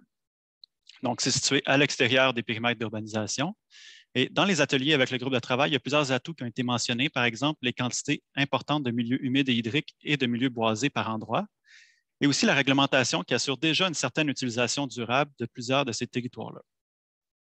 Il y a plusieurs problématiques qui ont aussi été mentionnées, comme la fragmentation par endroit sur le territoire, comme on peut le voir sur les images dans le bas de la diapositive. Donc, on peut voir un complexe de milieux humides qui est fragmenté par la présence de l'autoroute 10 et d'une rue ici. Donc, le milieu humide qui se retrouve autant au sud qu'au nord a été fragmenté par la présence de l'autoroute et de lignes électriques. 2 autres sous-enjeux au niveau de la biodiversité et de la qualité morphologique des cours d'eau, donc autant en milieu rural et agricole qu'en milieu urbain. Donc, qu'est-ce que c'est la qualité morphologique? En fait, ça réfère à la forme du lit des cours d'eau. Donc, la façon dont l'eau s'écoule et la dynamique du cours d'eau, et non pas à l'eau qui s'écoule dedans. Donc, c'est un peu comme le contenant plutôt que le contenu. Donc, au niveau du contenu, au niveau de la qualité de l'eau, on va y revenir avec un autre enjeu. Au niveau des atouts qui ont été mentionnés par le groupe de travail, il y a la présence de plusieurs sections de méandres et un espace de liberté pour une bonne portion des ruisseaux Key et Dorman. Et au niveau des problématiques, il y a eu de nombreuses transformations de la forme des cours d'eau dans le passé, qui fait en sorte qu'ils se retrouvent canalisés, linéarisés ou enclavés, ce qui vient modifier la vitesse d'écoulement de l'eau. Il y a aussi des modifications dans les bassins versants, par exemple de l'imperméabilisation, c'est-à-dire de faire en sorte, par exemple, en construisant un stationnement ou un édifice, qu'il n'y a plus d'infiltration d'eau naturelle dans le sol. Et ça vient augmenter les volumes d'eau dans les cours d'eau. Finalement, le dernier sous-enjeu, c'est au niveau de la connectivité écologique en milieu urbain. Ça a été nommé notamment que les modèles de développement sont souvent faits au détriment des milieux naturels et que la connectivité est limitée dans plusieurs secteurs urbains. On peut voir sur la photo le prolongement du boulevard de Portland ici, et en violet, une flèche qui illustre, dans le fond, la connectivité entre les 2 portions de territoire qui sont protégées. Donc, le parc Andrino, qui est une aire d'intérêt écologique protégée, est fragmenté par la présence du boulevard Portland. Et il y a 4 ponceaux qui ont été prévus sous ce boulevard-là, dont celui que vous voyez, la sortie là, sur l'image du centre, et qui est utilisé par plusieurs espèces fauniques pour traverser de façon sécuritaire sous le boulevard Portland. Un autre enjeu, c'est au niveau de la concertation régionale pour la conservation des milieux naturels.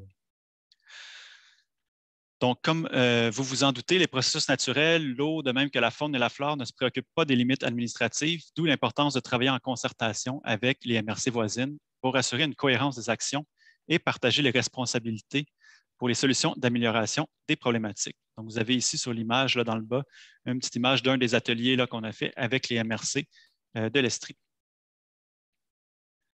Je cède la parole maintenant à Lynn pour les enjeux suivants. Alors, oui, l'enjeu C traite de la conciliation entre la conservation des milieux naturels et le développement urbain. Alors, dans cet enjeu, nous avons 3 préoccupations qui sont ressorties, soit un modèle de développement souvent fait au détriment des milieux naturels, des pressions sur les milieux naturels dans les périmètres d'urbanisation, comme on a pu le voir précédemment dans le portrait. Et il a été mentionné aussi qu'il est souvent plus simple de développer sur des nouveaux espaces vierges et que de réaménager des espaces qui sont déjà construits ou anthropisés existants. L'enjeu D consiste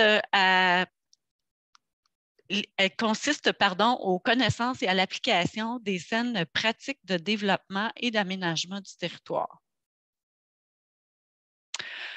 On a un atout qui a déjà été nommé précédemment en lien avec la réglementation qui assure une utilisation durable.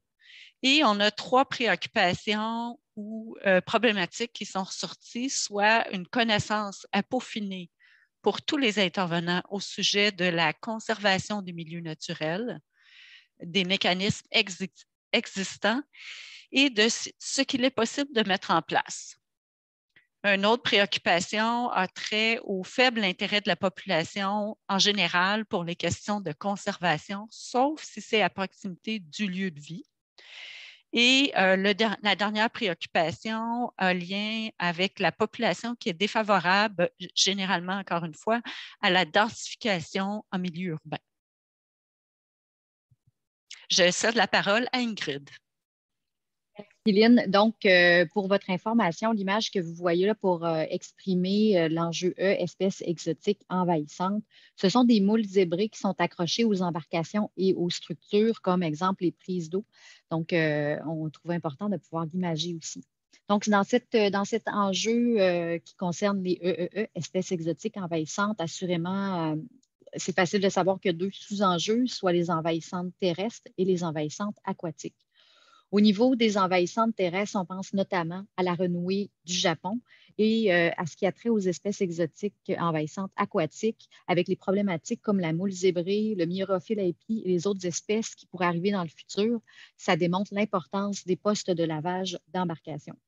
Pour votre gouverne, les 3 images que l'on retrouve au bas sont dans l'ordre la renouée du Japon, la moule zébrée et la myrophile aipi. L'enjeu F concerne quant à lui la gouvernance municipale en conservation des milieux boisés. Il n'y a pas de sous-enjeu au niveau de cet enjeu-là, mais voici quelques exemples. En tout premier lieu, il y a un cadre légal qui est moins clair pour la protection des milieux boisés que les milieux humides et hydriques. On fait référence ici aux lois provinciales. Il y a aussi que les propriétés sont pour la majeure partie, sont privées, pour la majeure partie du territoire. Ça fait référence aussi à une question qu'on a eue un peu plus tôt. Les ressources sont limitées pour l'acquisition des propriétés par la ville et il y a des enjeux d'expropriation pour les terrains prévus à la conservation, mais il y a toutefois une volonté politique pour la conservation des milieux naturels. Madame Pelchat, pour la suite des enjeux. Le prochain enjeu est celui des inondations et de la résilience des communautés face au changement climatique. Comme vous pouvez voir sur la photo qui montre une des inondations qui s'est passée au centre-ville en 2014 sur la rue King West, ça représente bien cet enjeu justement, dont les préoccupations suivantes ont été soulevées. Les inondations qui arrivent en milieu urbain, aussi l'ensemble des bâtiments qui peuvent, des infrastructures et des immeubles qui se trouvent dans les zones inondables. On peut penser seulement au garage municipal de la ville de Sherbrooke, qui est tout près de la rivière Saint-François, en zone inondable, et aussi tous les aléas climatiques qui sont plus fréquents et plus intenses avec les changements climatiques. Un petit rappel aussi par rapport à cet enjeu. On se souvient, au début de la présentation, on a parlé qu'il y avait des principes directeurs que la ville s'était donnés, et un de ceux-ci est de s'assurer de la résilience face aux changements climatiques. Le prochain enjeu est celui de la qualité de l'eau et des usages de l'eau. Ils ont été subdivisés en 4 sous-enjeux. Tout d'abord, en milieu agricole. Une des préoccupations, c'est les mauvaises pratiques agricoles qui peuvent peuvent contribuer à la dégradation de la qualité de l'eau. Toutefois, il existe des programmes et des financements qui sont disponibles pour la mise en place de certaines pratiques agricoles durables.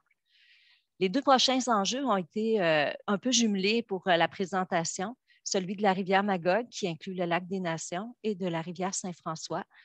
Donc, un atout, certains de ces tronçons sont très en vue pour des activités nautiques à faible impact. On pense aux canots, kayaks, planches à pagaie. Toutefois, il y a plusieurs préoccupations qui ont été soulevées par le groupe de travail, soit l'accumulation de sédiments aux embouchures de ruisseaux, la dégradation de la qualité de l'eau en milieu urbain, les déversements d'eau usée, on pense aux surverses notamment, qui sont liées au réseau d'égouts combinés, et ces préoccupations-là peuvent avoir des impacts sur les usages qu'on fait de l'eau. Pour ce qui est du lac Magog, en général, le lac a une bonne qualité, mais toutefois, la préoccupation qui est soulevée, c'est l'augmentation des embarcations nautiques motorisées qui peuvent avoir des impacts sur l'érosion des berges, la mise en suspension des sédiments et aussi la propagation des espèces aquatiques envahissantes.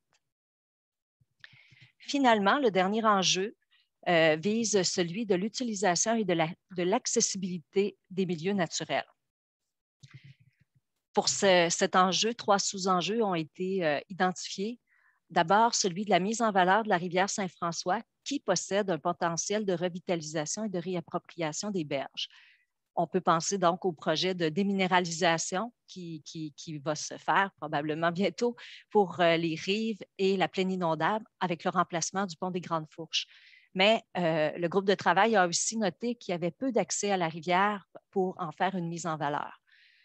Le second enjeu est le paysage et le récréotourisme dans la rivière Saint-François. Comme on l'a nommé tout à l'heure, la rivière Saint-François n'a pas de zone inondable, ce qui lui procure divers avantages, notamment au niveau de la sécurité publique, mais aussi pour ce qui est du volet des activités récréatives. On dénote toutefois qu'au niveau des paysages, on n'a pas encore de caractérisation qui a été faite pour les paysages. Le dernier sous-enjeu est la quantité et l'accessibilité des milieux boisés. Tout à l'heure, on a vu la carte du portrait des milieux boisés et on pouvait voir à l'intérieur du périmètre urbain qu'il y avait d'importants milieux boisés qui s'y retrouvaient, qui pouvaient aussi inclure des milieux hydriques, des milieux humides. Mais on observait aussi sur cette carte qu'il y avait des secteurs pour lesquels il y avait très peu de milieux boisés. Aussi, une des préoccupations qui a été soulevée est l'appropriation des terrains privés boisés par les citoyens. Je laisse la parole à Ingrid. Merci, Chantal. Donc, avant de vous laisser travailler ensemble, chacun de votre côté, je me permets de nous rappeler collectivement qu'est-ce qui a été fait jusqu'à maintenant. Donc, jusqu'à maintenant, on a présenté, mais en fait, aujourd'hui, on vous a présenté les unités géographiques d'analyse, leurs forces, leurs faiblesses, leurs opportunités menaces, donc qu'est-ce qui se retrouvait par UGA. Et tout ça, ça a été fait avec le groupe de travail afin de déterminer les enjeux que l'équipe vient de vous présenter, le résumé des enjeux. Donc, ce que vous allez faire comme exercice, c'est la pondération des enjeux que vous allez réaliser ce soir et l'exercice sur la vision qui va nous permettre d'alimenter la suite de la démarche. Donc, la vision va nous permettre de préparer je recommence ma phrase, oubliez la dernière phrase que je viens de dire. Donc, la pondération dans les enjeux qui va être réalisée ce soir et l'exercice sur la vision qui suivra alimenteront la préparation de la vision, des orientations et des objectifs de conservation avec le groupe de travail que vous voyez sur la figure à droite, de la priorisation des milieux naturels pour identifier ceux d'intérêt pour la conservation et bien entendu des pistes d'action qui contribueront à préserver les atouts et à résoudre les problématiques concernant un enjeu donné. Les étapes subséquentes à l'hiver et au printemps 2022 seront les choix de conservation et l'élaboration d'un plan d'action pour la mise en œuvre de ces choix. Vous voyez à gauche, avec les couleurs orange, jaune et vert, un exemple d'exercice d'identification des milieux humides d'intérêt pour la conservation. Donc, c'est ce qu'on souhaite être en mesure d'arriver à faire avec le territoire. Je recède la parole au maître de cérémonie pour la suite des choses. Merci, maître de cérémonie, j'aime ça. Donc, c'est bon. Alors, vous avez l'information que vous aviez besoin maintenant. On va passer au travail. Donc, à partir de maintenant, on va vous demander de travailler. Vous allez voir, c'est des questions qui sont très complexes. Hein? Vous le voyez déjà un peu avec les enjeux. Ça ne sera pas simple. Donc, on doit se poser des questions assez difficiles. Puis, on a décidé d'être exigeant avec vous aujourd'hui et de vous poser ces questions-là.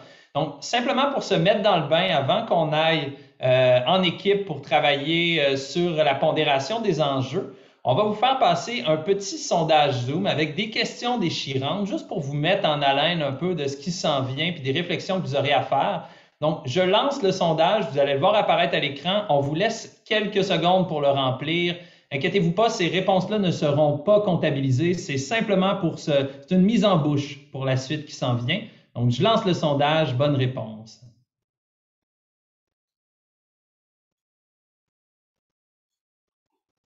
Vous allez nous trouver pas juste parce que vous avez juste 2 réponses. Mais vous allez voir que dans le travail qu'on va vous permettre de faire par la suite, vous allez pouvoir étaler un petit peu plus vos réponses puis peut-être des solutions qui sont intermédiaires. Mais ça vous donne une idée. C'est un jeu.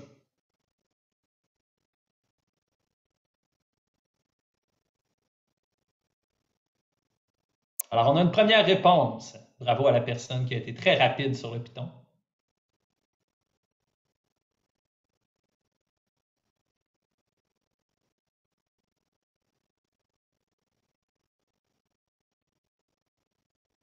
Quatre réponses, 6 réponses, 7 réponses et 11% des gens en ligne, 16%, 19%.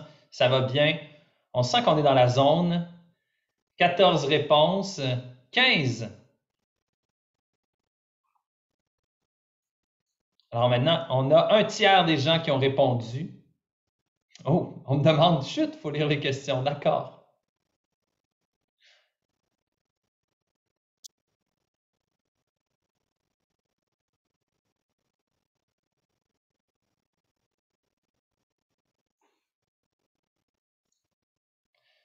Encore peut-être 1 ou 2 secondes pour répondre avant que je ferme le sondage.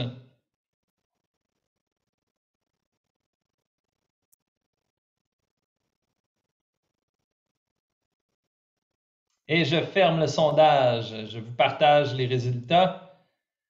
Donc, on voit quand même qu'il y a certains consensus sur certaines de ces questions-là. Donc, on dit la question 2 est biaisée. Beaucoup des questions sont biaisées. C'était une mise en bouche, je vous le rappelle. On ne va pas conserver ces informations-là. L'objectif est de vous faire réfléchir puis vous montrer un peu la complexité des enjeux. Donc, voilà les réponses que vous avez notées. Vous avez préféré augmenter la taxation pour quelques années. La réponse 2 était moins claire, donc on a quand même un tiers qui préfère beaucoup de milieux en périmètre urbain. Puis, vous avez le jeu de la conservation si vous êtes propriétaire, donc ça semble être bon, donc on espère que vous êtes des grands propriétaires terriens, parce que ça regarde bien, 91%, à cause du biais, nous dit M. Dion. Donc voilà pour la mise en bouche. Ce qu'on s'en va faire maintenant, on l'a nommé, hein, c'est un travail de pondération sur les enjeux. Pourquoi on ne dit pas de priorisation? Bien, c'est très simple parce que pour prioriser des enjeux comme ceux-là, ça nous prend aussi une expertise qui est scientifique. On ne peut pas simplement faire ça selon une perception. Donc, bien entendu, on a d'autres outils, on a un groupe de travail qui va travailler là-dessus, mais on a besoin de vous aussi parce que, bien entendu, les perceptions, votre impression de ces enjeux-là est importante aussi et doit faire partie de la réflexion. Donc, c'est pour ça qu'on vous parle de pondération. Donc, les enjeux, vous allez être placés en équipe et vous allez avoir à répondre à un sondage. Donc, c'est tout simple, c'est un sondage Google. Je vais vous présenter à l'écran de quoi il va avoir l'air. Donc, vous allez avoir accès au sondage Google comme ça. Vous allez devoir y répondre en équipe. Ce que ça veut dire, c'est que vous ne pouvez pas mettre une réponse individuelle. Il va y avoir une personne par équipe qui va avoir la responsabilité ou qui va prendre la responsabilité, hein, parce qu'on va vous laisser ça de votre gré, de choisir cette personne-là qui est à l'aise avec les outils, d'ouvrir le formulaire, de partager son écran. Pour partager son écran, là, pour ceux et celles qui ne le savent pas, c'est l'écran, l'icône comme ça qui est dans le bas de votre Zoom, donc une icône verte. Et de nous présenter le formulaire à l'équipe pour que vous puissiez réfléchir. La première tâche à faire, c'est de mettre votre numéro d'équipe. Vous allez voir, vous avez un numéro d'équipe. Quand je vais faire les salles, vous allez le voir apparaître en haut. Donc, vous choisissez votre numéro d'équipe. Admettons que je suis l'équipe 3, je choisis l'équipe 3 et je poursuis.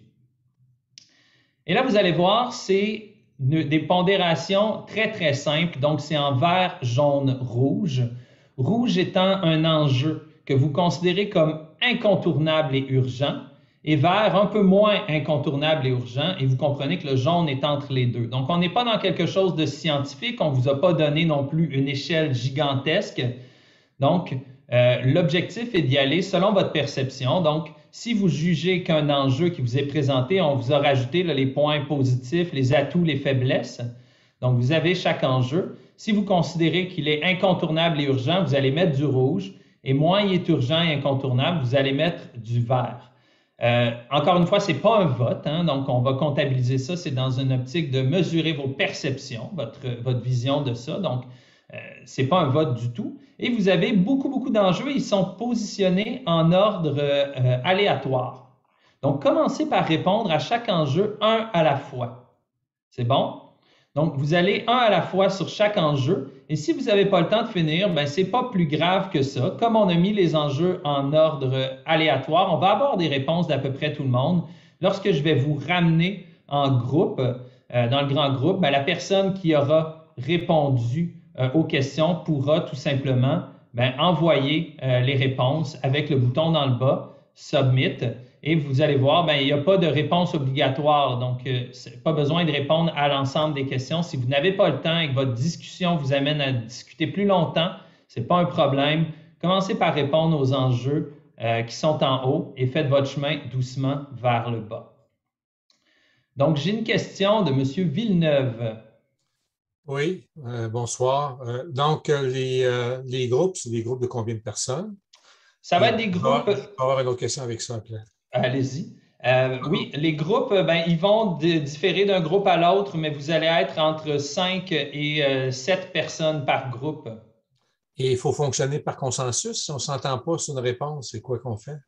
Mais vous pouvez y aller tout simplement avec la moyenne.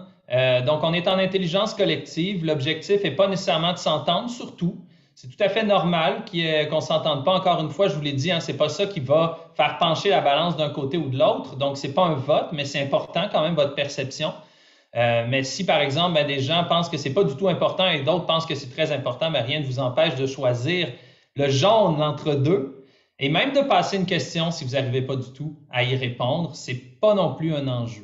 Donc, allez-y, comme vous le sentez, vous pouvez gérer votre groupe.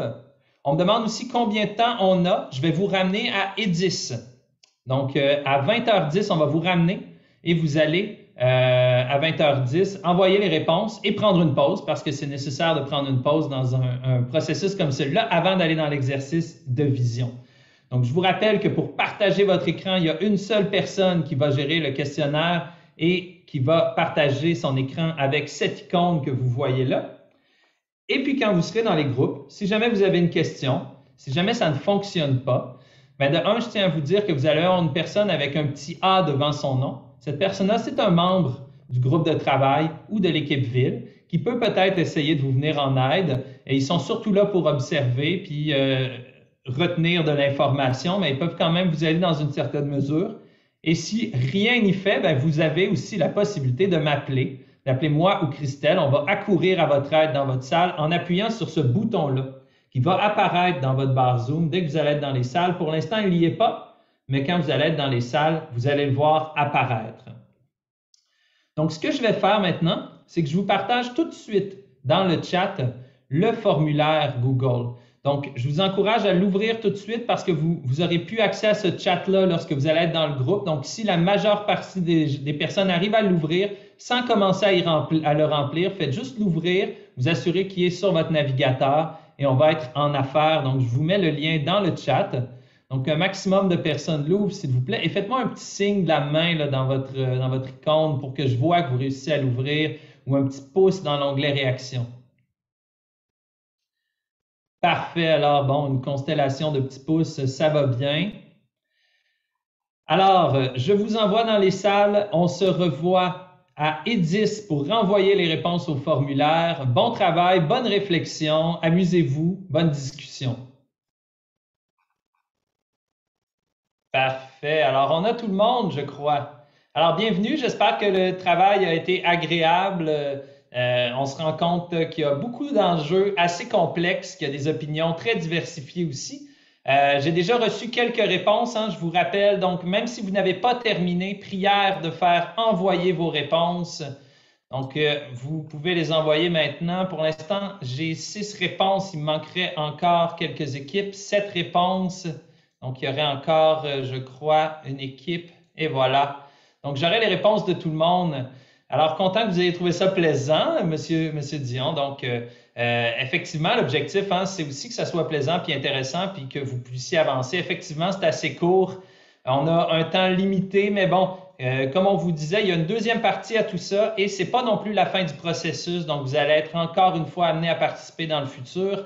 Pour l'instant, je vous propose de mettre les claviers et les écrans de côté pour une dizaine de minutes et de se retrouver à 20h20. Donc, on va prendre un bon 9 minutes de pause. Je vous encourage vraiment à libérer l'écran, aller vous aérer l'esprit. On revient après ça, on a un gros travail à vous faire faire. Parfait. Alors, on passe à la deuxième partie de notre travail, qui est probablement la plus intéressante puis la plus exigeante pour vous.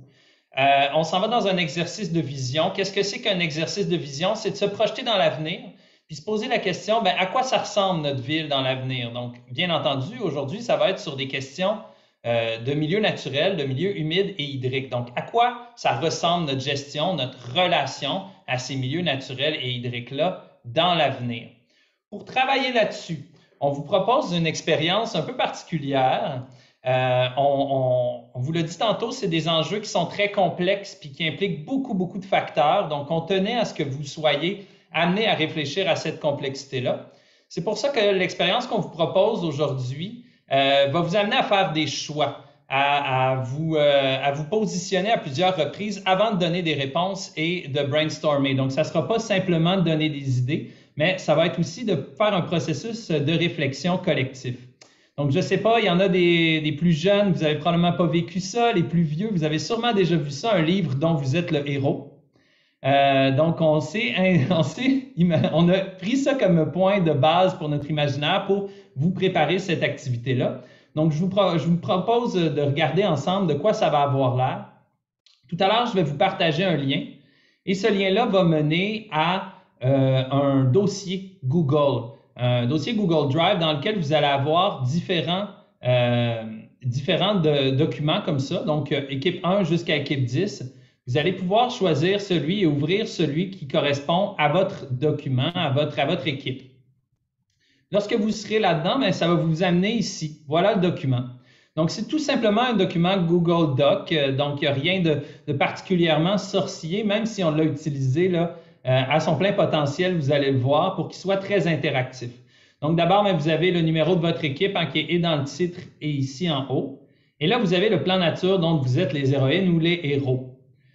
Donc, vous allez suivre l'histoire à travers ça et ça va vous amener à répondre à différentes questions.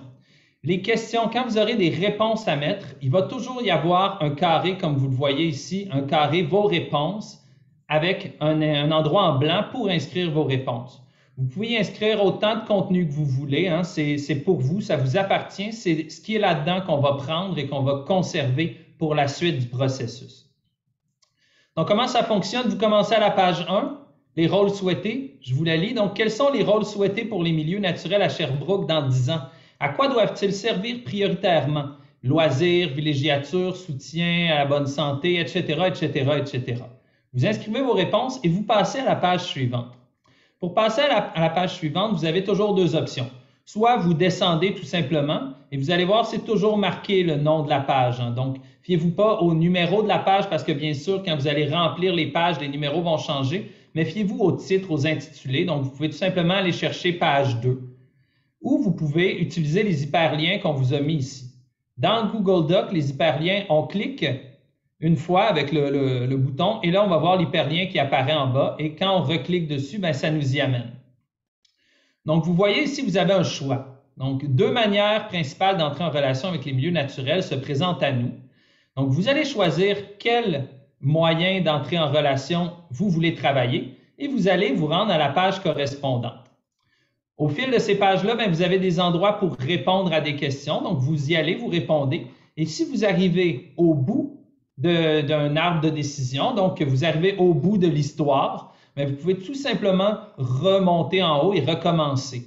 Donc, c'est normal, vous ne répondrez probablement pas à l'ensemble des questions. On voulait vous laisser la porte ouverte. Donc, vous allez pouvoir répondre aux questions qui vous semblent importantes. Donc, prenez des décisions en groupe. Rendez-vous aux pages sur lesquelles vous allez travailler. Inscrivez vos réponses. Et quand vous êtes au bout de la réflexion, remontez et recommencez avec des choix différents et ça va vous amener à répondre à de nouvelles questions sur cet exercice de vision-là. Vous allez voir, elles ne sont pas faciles, les questions. On voulait volontairement qu'elles ne soient pas faciles. On vous l'a dit, c'est un processus qui se veut exigeant. Donc, ce que vous allez devoir faire, c'est nous donner des informations qui sont précises, le plus précises possible. Donc, respectez le cadre, allez dans la question, embarquez, trouvez-nous des idées pour ce que Sherbrooke va ressembler dans 10 ans par rapport à la question. Et puis, si vous n'êtes pas tous en accord, vous pouvez marquer plusieurs réponses. Hein. Donc, on est dans un processus d'intelligence collective. Vous n'avez pas besoin de faire de vote nécessairement. Vos perceptions sont intéressantes. On va prendre l'ensemble de vos perceptions ici dans les réponses. Et puis, ça s'enregistre automatiquement. Encore une fois, pour faciliter le travail, l'idéal, c'est qu'une personne partage son écran, puis prenne les notes pour tout le monde. Donc, je vous laisse gérer à l'interne qui cette personne-là va être, qui est plus habile et à l'aise pour faire ce travail-là. Donc, j'arrête le partage de l'écran. Donc, on nous demande qu'est-ce qu'on va faire avec ces résultats-là. Ces résultats-là vont être intégrés au processus, c'est-à-dire qu'on vous l'a dit, on a un groupe de travail. Hein, et ce groupe de travail-là, lui, il va travailler sur l'analyse de ces résultats-là et sur l'intégration de ces résultats-là au processus. Je ne sais pas si l'équipe Ville, vous voulez aller plus loin que moi dans comment ils vont être utilisés ou si ça va assez loin pour vous déjà? Ça va déjà très loin, tout ce que tu viens de dire, Félix, mais effectivement, c'est de la matière première qui va être essentielle pour le groupe de travail pour bien comprendre c'est quoi la vision des citoyens à travers l'exercice qu'on va faire. Et voilà. Matière première de luxe. Comment? Matière première de luxe qu'on va aller chercher ce soir. Exactement. Puis, bien entendu, hein, ça va vous être présenté, c'est-à-dire que nous, on prend tout ça en note. Il n'y a rien qui est jeté de tout ça. C'est conservé précieusement, comme à chaque fois. La récolte qu'on va faire d'informations vous appartient en tant que groupe, donc ça va être partagé également du moment que ça va être mis au propre et rendu public. Donc, bien entendu que tout ce que vous notez là est précieux et puis on va en prendre soin avec le soin que ça mérite aussi pour le travail et le temps que vous mettez. Donc voilà, on va vous envoyer tout de suite dans les groupes. Vous allez avoir, normalement, là, on avait prévu une quarantaine de minutes. Ça risque d'être un peu plus court que ça, mais on va vous laisser travailler un peu plus longtemps que ce qu'on avait prévu, bien entendu. C'est sûr qu'on voit qu'on a un peu de retard, mais c'est important de vous laisser le temps de travailler. Jean-Philippe a une question. Oui, en fait, je voulais juste prendre quelques minutes pour expliquer la notion de conservation parce que je trouve important même de faire la différence. Fait que je vais partager mon écran quelques secondes, puis rapidement, je vais vous faire ça. Donc, vous devriez voir mon écran en ce moment. Donc, la conservation, qu'est-ce que c'est? En fait, juste rapidement vous expliquer que ce n'est pas seulement une cloche de verre, la conservation. Donc, ça se divise en 3 grandes catégories, la protection, la restauration écologique, ainsi que l'utilisation durable. Donc, qu'est-ce que c'est la protection? Je vais donner surtout des exemples. Là, ça vise à maintenir la qualité des milieux naturels, atténuer les menaces sur la biodiversité, par exemple des aires d'intérêt écologique protégées où il n'y a pratiquement aucun usage qui sont permis, ou encore les réserves naturelles comme celles qu'on est en train de mettre en place au parc du Mont-Bellevue où les activités sont encadrées.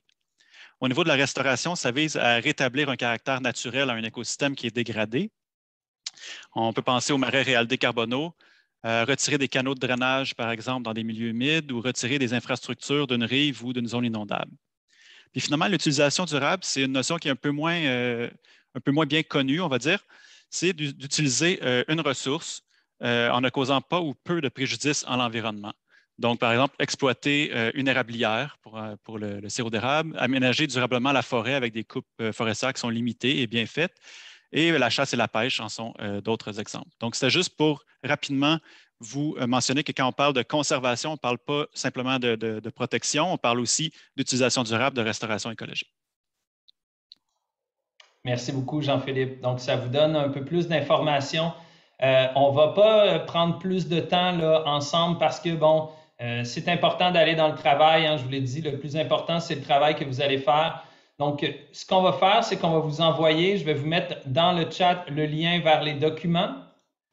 Donc, vous allez pouvoir ouvrir le dossier Google Drive, me faire un petit signe pour m'assurer que vous réussissez à l'ouvrir. Vous pouvez également faire un essai puis ouvrir un des documents pour voir si ça fonctionne. Faire un petit pouce. Parfait. Donc, j'ai beaucoup de petits pouces. Donc, on devrait avoir une personne ressource par équipe. Encore une fois, n'hésitez pas, si vous avez des questionnements, si ça ne fonctionne pas, appelez-nous. Ça va nous faire un plaisir d'aller vous visiter, Christelle et moi, dans les salles pour répondre à vos besoins. Donc, on se donne au minimum une demi-heure, mais on va probablement dépasser un peu. Donc, bon travail à toutes et à tous. Alors, re-bienvenue tout le monde, re-bienvenue. On espère que vous avez aimé l'expérience. C'est une façon de réfléchir un peu différente. Bien entendu, vous n'avez pas réussi à répondre à toutes les questions et ce n'était pas ça l'objectif. On voulait vous faire réfléchir de manière précise sur les enjeux qui vous intéressaient parce qu'on a trop d'enjeux de toute manière. Donc voilà, c'était l'animation de ce soir. Merci énormément de votre participation. C'est pas terminé, il va y avoir un petit mot de fermeture puis tout ça, puis une petite déclusion, mais je voulais vous remercier d'avoir joué le jeu. C'est un travail qui est difficile. J'aimerais répondre, il y avait une question de M. Lucier, Fernand Lucier, juste avant qu'on aille dans les groupes, et je n'y avais pas répondu parce que je voulais que vous puissiez travailler. Mais on nous demandait à quel moment pourra-t-on présenter nos commentaires sur le plan tel que présenté ce soir, ou demander à faire des changements ou des ajouts comme regroupement ou association. Mais d'une part, je veux vous dire que ce qu'on vous a présenté, ce n'était pas un plan. C'est-à-dire que le plan en est encore à ses débuts, il est en travail. C'est un travail diagnostique qui a été fait et ce n'est même pas toute l'information qui a été faite parce qu'on voulait aller chercher juste ce qui était pertinent pour le travail ensemble. Donc, d'une part, il y a ça. D'autre part, je ne sais pas dans quelle association est M. Lucier, mais on a beaucoup d'associations différentes sur le groupe de travail. On a tenté d'être le plus représentatif possible. Donc, c'est possible de contacter ces gens-là également si vous en avez qui sont dans des associations qui sont semblables à vous. Puis, vous pouvez, bien entendu, écrire à l'équipe de la ville sur le sujet. Je tiens à vous dire que le plan va vous être présenté lorsqu'il va être fait, parce que là, vous êtes dans les débuts. Hein. On vous intègre dans les débuts du processus. Donc, vous êtes là dès le départ avec le groupe de travail maintenant. Et il y a encore un autre processus participatif avant d'arriver au plan. Mais quand le plan va être présenté, bien, ça va aussi être le moment de réagir à ça. Je tiens à vous dire, avant de prendre la question de M. Villeneuve, je ne sais pas, M. Villeneuve, pour aller plus vite, si vous voulez me l'écrire dans le chat, ça serait peut-être plus facile. Je vous partage tout ça. J'aimerais ça, si c'était possible de le dire, là, ça va être assez court. Là. OK, parfait. Allez-y. Donc, moi, je suis, quand on a nommé les différentes personnes de différents espaces, verts, parcs, tout ça, moi, je n'étais pas capable de pouvoir l'indiquer. Donc, moi, je suis vice-président à l'ACEV. l'ACEV, c'est l'Association citoyenne pour les espaces verts de Sherbrooke. Et à l'heure actuelle, il y a une grande marche qui est en cours, qui a commencé il y a à peu près 2 semaines et demie à partir de Gatineau, qui s'en va à Québec pour le 16 octobre. Et c'est la grande marche pour la protection des forêts. Et nous, à Sherbrooke, on en fait une localement qui va être le 16 octobre aussi. Et c'est les arbres s'invitent dans la campagne électorale municipale. C'est la forêt urbaine à Sherbrooke. Donc, on a effectivement une manif qui va se tenir le 16 octobre prochain. Rapidement, pour qu'on on part au parc Jacques-Cartier à 13h30, au Préau. Parc Jacques-Cartier, 13h30, puis on se rend à l'hôtel de ville. Et les candidats à la mairie vont être invités, puis nos députés aussi provinciaux vont être invités à l'hôtel de ville lors de la fin de la marche. Merci. Merci, M. Villeneuve. Je dois vous interrompre parce que moi aussi, j'ai des annonces à faire. On a dans le chat, je vais vous mettre un lien. J'arrive pas, ça ne se transforme pas en lien, je ne sais pas pourquoi. C'est le lien qu'on m'a donné. Allez voir sur, peut-être que l'équipe de communication là, pourrait le réécrire, là, je pense qu'il manque quelque chose. Mais vous avez un formulaire disponible sur la page du plan nature pour recevoir des informations, être tenu au courant des développements. Oui, vous pouvez essayer de le copier-coller, effectivement, mais sinon, on peut quand même... on l'a ici. Donc, vous avez un formulaire pour vous tenir au courant des prochaines étapes du plan. Je suis désolé, hein, je fais ça vite, mais on est tous en fin de soirée. Je ne veux pas prendre trop de votre temps. Donc, voilà. Je voulais savoir si vous avez des commentaires sur la façon que ça s'est passé, le fait qu'on était en hybride, en formule hybride. Donc, d'abord, il y a des gens dans la salle avec Isabelle. Donc, vous pouvez également nous inscrire dans le chat votre appréciation de ça, puis eux autres aussi vont pouvoir nous écrire. On est curieux de savoir, c'est la première fois qu'on fait ça dans une consultation à Sherbrooke. Donc, voilà, vous pouvez nous inscrire votre point de vue. Et puis, Isabelle, je vais te laisser la parole pour la déclusion, je crois. Oui, en effet. Non, il faut que je garde mon masque. Je ne sais plus si je le garde, je l'enlève. Donc, pour ceux qui sont dans la salle, si vous avez des commentaires sur la formule hybride, vous pouvez rester après, là, quand on va clore, pour pas, ça va être difficile pour vous d'écrire dans le chat là, sur mon ordinateur. Mais on est prêt à recevoir Élise, qui est ici, et moi-même, à recevoir tous vos commentaires. C'est un premier test, hein, donc pour nous donner vos commentaires pour qu'on améliore les choses une prochaine fois. Diffusion, vous avez vu tantôt, on s'est dit bonjour, on s'est accueillis, on a atterri tous ensemble avec cette intention collective d'améliorer les choses. La diffusion, qu'est-ce que vous aimeriez qu'on ose avec ce plan nature? Donc, toujours, les gens qui sont sur Zoom, écrivez un mot ou deux dans le chat. Qu'est-ce que vous aimeriez qu'on ose avec ce plan nature? Et ici, dans la salle, est-ce qu'il y a des gens qui aimeraient oser des choses avec ce plan nature? Moi, j'ai entendu plein de choses ici. Moi, je ne peux pas voir de personne qui veuille moins oser. Oui. Ce qui me vient spontanément, on entend parler d'anthropocène. Moi, j'ai un petit livre qui s'appelle Chagrin écologique. Mais il faudrait aussi d'aller vers l'antithèse, qui est la symbiose, c'est-à-dire l'harmonie. Donc, osons l'harmonie avec la nature. Merci. Je vais regarder un peu dans le chat et en même temps, je surveille dans la salle parce que je vois qu'il y a déjà 14 personnes qui veulent oser des choses. Tout un défi, oh non, c'est pas des... Accorder la citoyenneté aux espèces vivantes non humaines, que Sherbrooke devienne un modèle pour les autres villes. Un développement urbain, éco-responsable, intelligent, s'il vous plaît. Oser être avant-gardiste et leader pour les autres villes. Un mode de développement différent où la nature et l'humain ne sont pas en contradiction, mais en harmonie. Que tout est accès. Je pense qu'il manque la fin du mot, accès. Osons pour une future administration qui osera pour l'environnement. Est-ce que j'ai d'autres choses dans la salle? Je ne peux pas dire, mais c'est vraiment osé, mais la ligne qui t'avait parlé d'étalement urbain, qu'on la dépasse pas, qu'on la stoppe là, qu'on préserve de la stoppe. Donc, un périmètre urbain maintenu tel quel. Est-ce qu'il y a d'autres choses à oser ici? Oui, j'oserais un peu simple, mais j'oserais voir la nature. Parce que là, il y a beaucoup de choses qu'on peut faire dans la nature. La voir. Si on la voit, Oser voir la nature, si on la voit, c'est qu'elle est là. Merci. Quelques petites choses encore sur le chat. Vision intégrée des milieux naturels en appliquant une diversité de moyens, autant dans la protection de l'utilisation durable et la restauration. Ah, Anne-Catherine, je vois ton commentaire complet que tout est accès à pied à un milieu naturel. La nature pour tous à proximité, c'est possible, il suffit de volonté. Oser contre l'étalement urbain, 10% de parcs par quartier, etc., etc. Je ne veux pas trop tarder, il est temps, il y a déjà des gens qui nous quittent. Merci pour tous vos commentaires. C'est enregistré dans le chat de toute façon. Alors voilà, je pense qu'on s'en va avec le mot de fermeture de Mme Karine Godbout. Oui, merci. Merci beaucoup. Donc, je ne veux pas prendre trop de votre temps. Être bref serait une blague parce que je vais quand même prendre quelques minutes pour vous parler. Donc, merci. En tout cas, belle soirée de réflexion et d'échange. C'est une étape supplémentaire dans la démarche du plan de nature où vous avez été invité ce soir à venir échanger sur l'avenir de nos milieux naturels à Sherbrooke. Je pense que c'est une démarche qui est très importante. C'est important ce qu'on est en train de faire collectivement ce soir. On contribue à la vision de ces milieux naturels-là qu'on veut se donner pour les 10 prochaines années.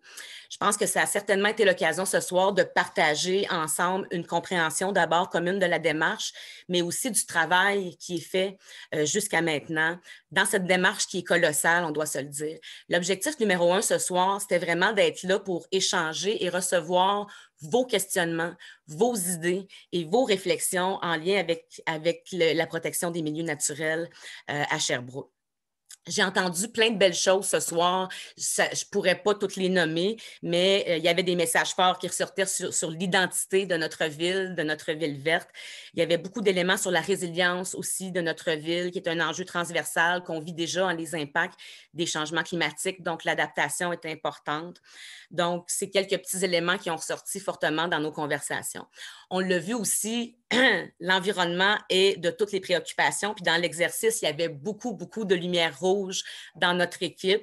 Donc, ça fait beaucoup de choses à voir en même temps. Puis l'important, c'est d'essayer d'éviter d'y aller à la pièce. Donc, il faut s'en parler, il faut s'entendre, il faut s'adapter en fonction de cette nouvelle vision-là qu'on est en train de co-construire ensemble.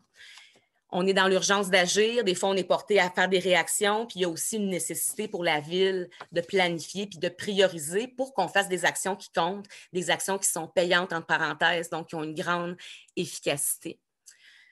Ce soir, je ne pense pas me tromper en disant que chacune et chacun d'entre nous qui sommes là, on souhaite amener l'environnement le plus loin possible à Sherbrooke. On veut améliorer nos milieux de vie. C'est des questions de santé aussi, d'équilibre, etc. Pour les lever, ces actions-là, les actions qui vont faire une différence, le faire en cohérence et le faire en équipe, ça prend des bonnes fondations pour supporter ces démarches-là, ces démarches structurantes qui vont être bien connectées dans nos milieux et avec la communauté. Puis, je pense que je ne me trompe pas en disant qu'on a des bonnes fondations à Sherbrooke et on est sur la bonne voie dans cette transition-là. À preuve, Mme Dubuc l'a très bien rappelé en début de démarche, mais je voudrais le rappeler aussi en fin de démarche. On a beaucoup de ces démarches structurantes-là qui sont sur la table en ce moment. On a évidemment le plan nature, on a le plan climat, on a le plan de gestion des matières résiduelles, on a le plan de mobilité durable intégré, on a une politique de l'arbre qui est en route. On a eu de fabuleux projets pilotes aussi qui sont en continu en ce moment, des dépôts de volontaires du verre, la collecte des matières organiques dans les écoles, dans les institutions, dans les commerces, dans les industries, dans les multilogements, des subventions pour les produits d'hygiène durable. Donc, ce n'est que quelques exemples. Donc, je pense qu'on peut être quand même fiers de tout ce qui est sur la table en ce moment et on peut peut-être se dire qu'on y va ensemble puis qu'on se tient pour la suite. Donc, je termine avec ça en vous remerciant, bien sûr, d'avoir pris ce temps-là ce soir, 3 heures de votre temps. Merci de votre présence. C'est très précieux, votre participation à vous, chacun de vous, citoyens, citoyennes. Merci aux collègues élus, Mme Bergeron qui était là ce soir, toute l'équipe du Bureau de l'environnement de la Ville de Sherbrooke qui a travaillé très fort pour préparer cette consultation-là ce soir. Le groupe de travail qui a répondu vraiment présent. Il y avait tellement de monde du groupe de travail qu'on était tous ensemble dans le même groupe. À un moment donné, on était 3-4 personnes ensemble. Donc, merci d'avoir été là, d'avoir participé, d'avoir éclairé aussi, mis de la lumière sur la démarche à laquelle on participe collectivement. Donc, qu'est-ce qu'on peut rêver pour Sherbrooke? Bien, je pense que c'est ensemble qu'on peut le rêver, puis on peut le rêver dans différents angles de protection et de mériter et d'être en phase avec la ville verte qu'on veut se donner. Donc, merci infiniment de votre présence ce soir. Et voilà, merci à tout le monde. C'est ce qui met fin à notre rencontre. Bonne soirée, puis au plaisir. Merci.